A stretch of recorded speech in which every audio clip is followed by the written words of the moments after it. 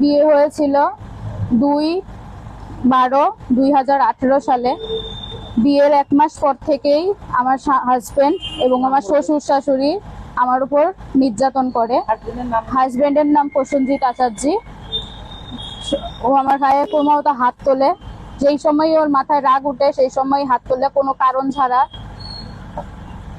এখন আমি অনেক প্রসেনজিৎ আচার্য অনেক সহ্য করার পর, অনেক ধৈর্য ধরার পর সেদিন আমাকে বাইরেও পর্যন্ত আমাকে খালি বলে বাড়ি থেকে বেরিয়ে যাও, বাড়ি থেকে। আমি এত রাতে কোথায় বাড়ি থেকে বেরিয়ে যাব, কোথায় যাব, আমার তো এখানে কেউ নেই। এরকম বলার পর আমি এখন ভাবি যে অনেক সহ্য করার পর আমি আজকে এখানে ম্যাডামদের কাছে অনেক কৃতজ্ঞ যে ম্যাডামরা আমাকে এরকম সাহায্য করেছে, অনেক কৃতজ্ঞ। আপনি কতদিন ধরে আপনার উপরে এই নির্যাতন করছেন? বিয়ের 1 মাস পর থেকেই খুব মাঝে মাঝে ওর মাথায় রাগ উঠে আর এরকম ভাবে মারে।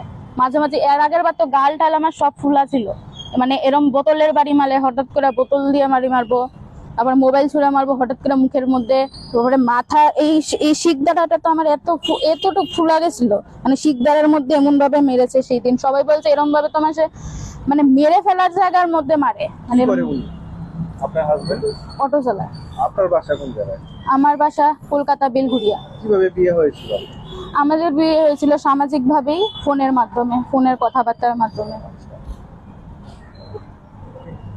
রীতিমতো কাঁপছে কবুতর মতো। এখন দেখা যাচ্ছে যে সামাজিক মাধ্যমে এই পরিচয়ের হয়ে তারপরে মানে অনেক মেয়েরাই বিবাহিত হয়ে সমস্যা বলছে, তো ওদের কি বার্তা দেবেন?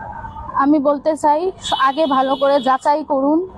যাচাই করার পরেও হয়তো বা সবাই ভালো বললো, কিন্তু ভিতরের জিনিসটা কেউ জানে না। সেই কারণে ছেলে ঠিক মানে মা বাবা কেমন বা তার পরিবার কেমন সেটা দেখে তারপরে মেয়ের বিয়ে দেবেন। একটা মেয়ের জীবন অনেক মূল্যবান, আজকে যাতে তার আমার মতন পরিস্থিতি না হয়। আমি অন্য কোনো মেয়েদের আমিও চাইছিলাম সংসার করতে, কিন্তু আমি আজকে পারছি না। কেন দিনের পর দিন এভাবে নির্যাতন সহ্য করার পর সংসার করা যায় না।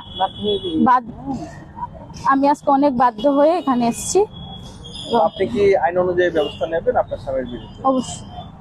আপনার একটা বাচ্চা আছে আমরা শুনছি। হ্যাঁ, আমার 6 বছরের একটা বাচ্চা আছে, ও কথা বলতে পারে না, ওর অটিজম আছে।